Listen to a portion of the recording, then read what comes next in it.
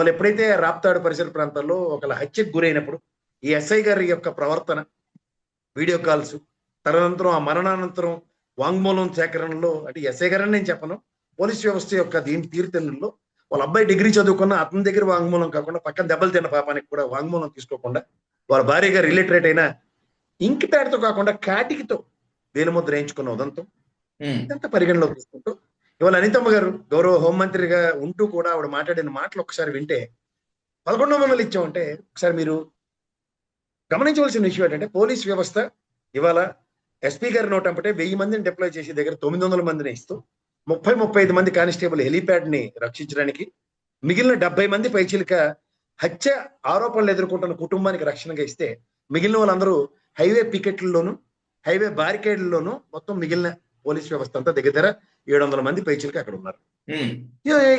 ఈ విధంగా ఉన్నప్పుడు వాళ్ళు ఎక్స్పెక్ట్ చేసింది అంటే it is total intelligence failure. ఎందుకంటే గతంలో వంశీ గారి పరామర్శకు వెళ్ళినప్పుడు, రషీద్ గారి అత్యుదంతం తర్వాత జగన్మోహన్ రెడ్డి గారు వెళ్ళినప్పుడు, మార్కెట్ యార్డ్ పరిరక్షణకి వెళ్ళినప్పుడు, next bullet proof car failure, ఇంటి ముందు గడ్డివామ తగు కాలిపోవడం, మార్కెట్ యార్డ్ లో పోలీస్ వ్యవస్థ ఎమ్మెల్సీ కూడా పరిరక్షించినప్పుడు రోప్ వ్యవస్థలుగా నందిగాం సురేష్ గారు, పిన్నెల్లి రామకృష్ణారెడ్డి గారు ఇలవాట్లో వాళ్ళు లోకల్ లీడర్స్ అందరూ ఆయన్ని పరిరక్షించుకునే విధానం, same old story is repeating in Raptadu also. ఎందుకంటే 10 కిలోమీటర్ల దూరంలో ఒక ఫ్లయింగ్ జోన్ ఇచ్చి అక్కడ హెలిప్యాడ్ కి ల్యాండింగ్ ఇచ్చి తర్వాత 2 కిలోమీటర్ల నిడివిలోనే ఇచ్చి ర్యాలీని నిలువరించినంత మాత్రాన జన ప్రపంచం ఆగిపోతుంది అనుకుని భ్రమలో ఉంటే జనాలు సమూహాలుగా పొలాల గట్లు అడ్డుగా పడినప్పుడు ఎట్నుంచి జనాలు వస్తారన్న ప్రాథమిక అవగాహన కూడా లేని పోలీస్ వ్యవస్థ అని మళ్ళీ ప్రశ్నించబడవచ్చు. ఎందుకంటే హెలిప్యాడ్ కి నాకు తెలిసి మీ జర్నలిజంలో ఎప్పుడైనా సరే హెలిప్యాడ్ ని చుట్టుముట్టిన ఉదంతం ఒకటి చెప్పండి నాకు. లేదు. అలాంటిది ఒక పోలీస్ వ్యవస్థ నెట్ట నిలువున ఫెయిల్ అయ్యి ఆ రాప్తాడులో నాకు తెలిసి తోపుదూత్ ప్రకాష్ రెడ్డి మైక్ లాక్కుని అరుస్తున్నాడు. ఆయన మీరు విజువల్స్ నిజంగా ఫాలో అయితే మీకు తెలుస్తుంది. జగన్ గారు రావడం దిగడం కూడా ఇబ్బంది అవుతుంది, వెళ్ళడం కూడా ఇబ్బంది అవుతుంది. ఎందుకంటే సమూహాలుగా వచ్చిన పొలం గట్ల నుంచి అడ్డుగా వచ్చిన వాళ్ళని క్రమశిక్షణగా ఉంచడం, నిరంతరించడం జరగని పని. ఎందుకు హైవేల మీద నుంచి వచ్చిన వాళ్ళని పోలీస్ పికెటింగ్లతో అరెస్ట్ చేయొచ్చు, ఆపొచ్చు, నిలువరించొచ్చేమో కానీ బట్ అడ్డదిడ్డంగా గ్రామాల్లోంచి తరలి వస్తున్న ఆ స్పందనకి వీళ్ళ దగ్గర ప్రాథమిక అవగాహన లేదంటే that it self is an answer and solution for their failure.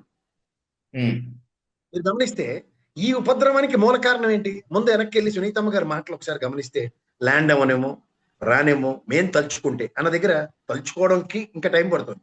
Abdul Kalam గారిలా కళ్ళకంటూనే ఉన్నారు. దీనికన్నా ఒక ముందు నెరేటివ్స్ ఎట్లా ఉన్నాయి? పరిటాల రవి గారి హత్యని కోట్ చేస్తూ మాట్లాడారు. కానీ పిల్లి కళ్ళు మూసుకుని పాలు తాగినట్టు మన అందరం మర్చిపోలేదు కదా సార్. ఇప్పుడు ఆనాడు ఫ్లోర్ ఆఫ్ ద హౌస్ లోనే గౌరవ ముఖ్యమంత్రి స్థానంలో రాజశేఖర రెడ్డి గారు, గౌరవ అపోజిషన్ లీడర్ గా ఉన్న చంద్రబాబు గారి సమక్షంలోనే సిబిఐ ఎంక్వైరీకి పిలుపునిచ్చారు. ఇవాళ ఈ ఎన్డీఏ కూటమిలో చేతకాని సొగాలి ప్రీతులకు చేతులెత్తి సిబిఐ మాకు చేతకాట్లేదని పారిపోలే కదా. ఆ రోజు మద్దిల్చరి సూరింట్లో టెలిఫోన్ అదేంటిది టెలివిజన్ బాంబు పేలిన తర్వాత వాళ్ళ అమ్మ అక్క చెల్లి చనిపోతే ఆ కుట్ర కార్యక్రమానికి తెరలేపి తర్వాత ప్లాన్ ప్రకారం ఆయన చంపారని ఎస్టాబ్లిష్ అయిన తర్వాత రాయలసీమలో కక్షలు కార్పణ్యాలు ప్రాంతాల వారీగా ఉంటాయా, వీధుల వారీగా ఉంటాయా, వ్యక్తిగతంగా ఉంటాయా, ఒకసారి వాళ్ళ విజ్ఞతకు వదిలేయాలి. తర్వాత ఇదంతా ఒక ఎత్తి అయితే 14 నుంచి 19 దాకా ఆవిడ కేబినెట్ హోదా కలిగిన పౌర సరఫరాల శాఖ మంత్రిగా ఉంటూ కూడా ఆనాడు ఏనాడు జగన్మోహన్ రెడ్డిని పల్లెత్తు మాట అనని సునీతమ్మ, తర్వాత 19 నుంచి 24 దాకా సునీతమ్మ గారు ఎలక్షన్ ఓడిపోయిన తర్వాత వాళ్ళ అబ్బాయి కనీసం కార్పొరేటర్ గా కూడా నిలబడినప్పుడు 1+1 గన్ మ్యాన్లు వాళ్ళ అబ్బాయికి 4+4 గన్ మ్యాన్లు సునీతమ్మకి ఏర్పాటు చేసిన జగన్మోహన్ రెడ్డి ప్రభుత్వంలో turn the page learn the work అని మనకు తెలిసిన ఈ ఉదంతంలో ఆవిడ ఏమీ జరగనట్టుగా ఇవాళ మళ్ళీ జగన్మోహన్ రెడ్డి గారికి పరిటాల రవి గారి హత్య ప్రమేయాన్ని చర్చనిస్తా ఉంటే ఈ తపేలా ఛానల్ రెడీగా ఉంటాయి కాబట్టి అందిస్తే జగన్మోహన్ రెడ్డి గారి ట్రిప్ ను సబ్మిస్ చేయడానికి ఒక బిస్కెట్ అన్న దాంట్లో ప్రవర్తిస్తే దీనికి ప్యారల్ గా ముందు రోజు మన్యం జిల్లాలకు పర్యటించిన పవన్ కళ్యాణ్ గారిని కూడా మీరు గమనించగలిగితే సార్ ఒక విషయం చెప్పగలను. ఆయన 3 నెలలకు ఒకసారి నేను పన్యం పర్యటిస్తానని చెప్పిన మాట వాస్తవం, కాదనలేదు దాన్ని. కానీ జేఈ ఎగ్జామ్స్ కి ఏ ప్రోటోకాల్ ఉందానికి ట్రాఫిక్ నిలువరించారు. జేఈ ఎగ్జామ్స్ లో 7 o'clock రిపోర్ట్ చేయాలని ఆల్ టికెట్లు ఉంటాయి. అందరూ నారాయణ చైతన్య కోచింగ్ లో చదివితే లారీలు బస్సులు వేసి జాగ్రత్తగా సురక్షితంగా భయం కాబట్టి దూర ప్రాంతాల నుంచి కూడా తరలించి కూర్చోబెడతారు.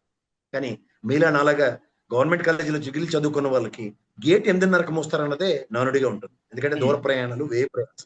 అలాంటి వాళ్ళని 8:41కి కాన్వే పాస్ అయిందని గౌరవ ఎస్పీ గారు చెప్పిన తర్వాత 8:41కి పాస్ అయ్యి లోపుగా ఎంతసేపు నిలువరించారన్న దగ్గర పుణ్యకాలం గడిచిందా లేదా అన్నది ఒక ప్రశ్న. ఇది ఎందుకు నేను ఊటంకించి చెప్తున్నానంటే ప్లాన్ 1, ప్లాన్ 2 ఎంత స్ట్రాటజికల్ గా జగన్మోహన్ రెడ్డి ఇష్యూని ఎక్కడికక్కడ నిలువరించడానికి వాళ్ళు ఎత్తిన రెండో పన్నాగం ఏంటంటే పవన్ కళ్యాణ్ గారు ఆ రోజు అభం శుభం తెలియని ఆ చిన్న పసిబిడ్డ భలే ఉన్నాడు, యాపిల్ పండ్ల బంగారకొండ. వాళ్ళ పక్కన 10 సంవత్సరాల పాప ఆ తీవ్ర గాయాలతో చనిపోతే ఈ బాబుకి కొన్ని దెబ్బలు తగిలాయి, చిన్న బాబుకి. నాకు ఆ ఫైర్ యాక్సిడెంట్ జరిగితే ఎలా ఉంటుందో నా ఫ్యామిలీలో ఒకరికి జరిగింది, ఆ మానసిక సంఘర్షణ ఎలా ఉంటుందో నాకు తెలుసు. కానీ అభోషణం జరిగిన చిన్న పాపకి, చిన్న బాబుకి జరిగిన దాన్ని ఆ రోజు అసలు ఏమీ లేనట్టుగా నెక్స్ట్ డే హై కమిషన్, నట సామ్రాట్ నరేంద్ర మోడీ గారు ఇలాంటి వాళ్ళందరూ ఇన్స్టెంట్ రియాక్టివ్ మోడ్ లో యాక్షన్ రియాక్షన్ చూపించిన తర్వాత హొటహొటిన చిరంజీవి గారి కుటుంబం ఈయన సింగపూర్ ప్రయాణం అంటే తదనంతరం ఏమీ లేదన్న దగ్గర ఇష్యూని ఎలా సబ్మిట్ చేస్తున్నారో ఒకసారి గమనించుకోండి. This is another modus of operate. So ఇవన్నీ ఒకే ఓవరాల్ గా ప్రజల యొక్క సమూహాలు ప్రజాస్వామ్యంలో ఒక అపోజిషన్ కి 10 నెలల ఈ ప్రభుత్వ ఫెయిల్యూర్ ని, ఒక ల్యాండ్ ఆర్డర్ విషయం కానీ వాళ్ళు ఇస్తానన్న సంక్షేమాలు అందుకోలేని పరిస్థితిలో, అండ్ ప్రజాస్వామ్యంలో ప్రజలకి ఇచ్చిన మాటను నిలబెట్టుకోలేని ప్రభుత్వానికి వాళ్ళ ఆక్రందనను తెలియజేయడానికి సమూహాలుగా జగన్మోహన్ రెడ్డిని రిసీవ్ చేసుకుంటున్న ఈ రీసెంట్ పాస్ట్ ఉదంతాలన్నీ మీరు ఆద్యంతం గమనించగలిగితే, గతంలో పరదాలు కట్టుకున్నాడు బయటికి రావడానికి అన్న దగ్గర పరదాలు తీస్తే ఈ ఉపద్రవాలు ఉన్నాయన్న విషయం గ్రహించి పరిమితంగా ప్రయాణాలు చేసిన వాడిని ప్రజాస్వామ్యంలో ఏ విధంగా పరిగణించబడ్డారో చూసుకోమనండి. పరదాలు తీస్తే సెక్యూరిటీ ఇవ్వలేరన్న విషయం మీరు గ్రహించగలిగితే సంతోషం. అంతకని హెలికాప్టర్ చుట్టుముట్టినటువంటి ఆ అభిమానుల్లో లేకపోతే ప్రజల్లో కనుక చూస్తే హత్యా ప్రయత్నం జరిగేందుకు ఆస్కారం ఉంది అనేటువంటిది వైసీపీలో కొంతమంది నేతల వాదన. కాదు, ఇది ఒక స్టంట్, రోడ్ మార్గాన వెళ్ళేటువంటి ఛాన్స్ ఉన్నా కూడా హెలికాప్టర్ తో వచ్చి షో ఆఫ్ చేశారు, పైగా ఇది ప్రభుత్వం మీద నిందలు వేయడానికి సెక్యూరిటీ మేము కరెక్ట్ గానే ఇచ్చాము, వాళ్ళు మాత్రమే సెక్యూరిటీ మాకు తగ్గించారు వాళ్ళ అధికారంలో ఉన్నప్పుడు హోమ్ మినిస్టర్ అనిత గారి కామెంట్ ఏంటి సార్? సార్ మీరు జర్నలిస్టు, నేను జర్నలిస్ట్నే, ఎవరికైనా పకోడీ కబుర్లు చెప్పండి, మీకు నాకు కాదని చెప్పండి. ఎందుకంటే గౌరవ high court state security revision act ఈ కమిటీ ఒకటి ఉంది, రివ్యూ కమిటీ. వాళ్ళు ఇచ్చిన సారాంశం గౌరవ సుప్రీం హైకోర్టుకి ఏంటి తెలుసా? జగన్మోహన్ రెడ్డి గారిని ఇంకా ఈవెన్ గౌరవ స్పీకర్ గారు మాట్లాడిన మాటలు కూడా పరిగణలోకి తీసుకుని అండ్ కోడికెత్తిని అండ్ గులకరాయి దాడిని అని అవహేళనగా మాట్లాడుతున్న అపోజిషన్ పార్టీ కాదు, గౌరవ న్యాయస్థానమే కన్విన్స్ అయింది. ఈవెన్ సెక్యూరిటీ రివ్యూ కమిటీ కూడా గౌరవ మాజీ ముఖ్యమంత్రి గారికి ప్రాణహాని ఉంది అనేది కన్విన్స్ అయింది. We are about to receive a verdict from respect to high court. అప్పుడు ఆయన సెక్యూరిటీని రీఇన్స్టేట్ చేయవలసి వస్తుంది. ఇది ఒక ఎత్తు అయితే, ఇదే గౌరవ మాజీ ముఖ్యమంత్రి గారికి జోగి రమేష్ ఇంటి మీద దాడి తర్వాత ఎన్ఎస్జీ కమాండోస్ వచ్చి అతనికి సెక్యూరిటీ రివ్యూ చేసి సెక్యూరిటీని పెంచిన ఉదంతం మనం మర్చిపోకూడదు. కానీ వ్యవస్థ ప్రొయాక్టివ్నెస్ ఎప్పుడు ఎలా ఉంటుంది, స్టేట్ పర్వీస్ లో ఉన్న దానికి రెస్ట్రిక్టివ్ మోడ్ ఉండొచ్చు, బట్ ఎన్ఎస్జీ కమాండోస్ రక్షణ మాట దేవుడు, ఆయన కూడా జెడ్ ప్లస్ కమాండోస్ లోనే ఉన్నాడు, అది గమనించండి. కానీ ఒకటి మాత్రం నేను చెప్పగలను, ఇలాంటి పోలీస్ మిజరబుల్ ఫెయిల్యూర్స్ ఉంటే ఆబ్వియస్లీ ప్రాణహాని ఉండడానికి. ఎందుకంటే ఆ సమూహాల్లో ఎవడు ఎలాంటి వాడు, ఎవడు రాముడు, ఎవడు కృష్ణుడు, ఎవడు కర్ణుడు, ఎవడు దుర్యోధనుడు, ఎవడు ధృతరాష్ట్రుడు ఎవడికి తెలుసు. రైట్, రాప్తా నుంచి మంగళగిరికి వచ్చేద్దాం. కేఎస్ ప్రసాద్ గారు నిన్న చాలా దుర్మార్గమైన వ్యాఖ్యలు చేప్లోలు కిరణ్ అనేటువంటి ఒక టీడీపీ కార్యకర్త ఒక యూట్యూబ్ ఛానల్లో వైఎస్ భారతి గారి గురించి, వైఎస్ జగన్మోహన్ రెడ్డి గారి గురించి చాలా దుర్మార్గకరంగా మాట్లాడాడు. ఫైనల్లీ కూటమి సర్కార్, ఎస్పెషల్లీ టీడీపీ సర్కార్ has responded very respectfully and very responsibly. Case book చేసింది, అరెస్ట్ కి పంపించింది. సో ఇంతవరకు ఒక ఎత్తు, ఇది ఒక గుణపాఠం. అంటే వైసీపీ చేయలేకపోయినటువంటి పనిని, వైసీపీ నిలువరించలేకపోయినటువంటి సోషల్ మీడియాని టీడీపీ నిలువరించింది అని ఖచ్చితంగా ఒప్పుకొని తీరాల్సిన పరిస్థితి వచ్చిందేమో కేఎస్ ప్రసాద్ గారు. ప్రాణానికే ముప్పు ఉందండి. అలాంటప్పుడు వాళ్ళు తీసుకున్న చర్య కరెక్టే. ఒకటి పార్టీ పరంగా డిసిప్లినరీ కమిటీ, చంద్రబాబు నాయుడు గారి పార్టీ తెలుగుదేశంకి సంబంధించి ఈ రోజు దాకా ఇలాంటి దరిద్రం ఎప్పుడు లేదు. ఈ రీసెంట్ పాస్ట్ లో 2-3 ఏళ్ళు బట్టి ఈ దరిద్రాన్ని చూడవలసి వస్తుంది. కానీ అసలు ఇప్పటిదాకా తెలుగుదేశం పార్టీ ఎంత నీచాతి నీచమైన సోషల్ మీడియా, ఎంత హీనాతిహీనమైన దరిద్రం ఎప్పుడు లేదు.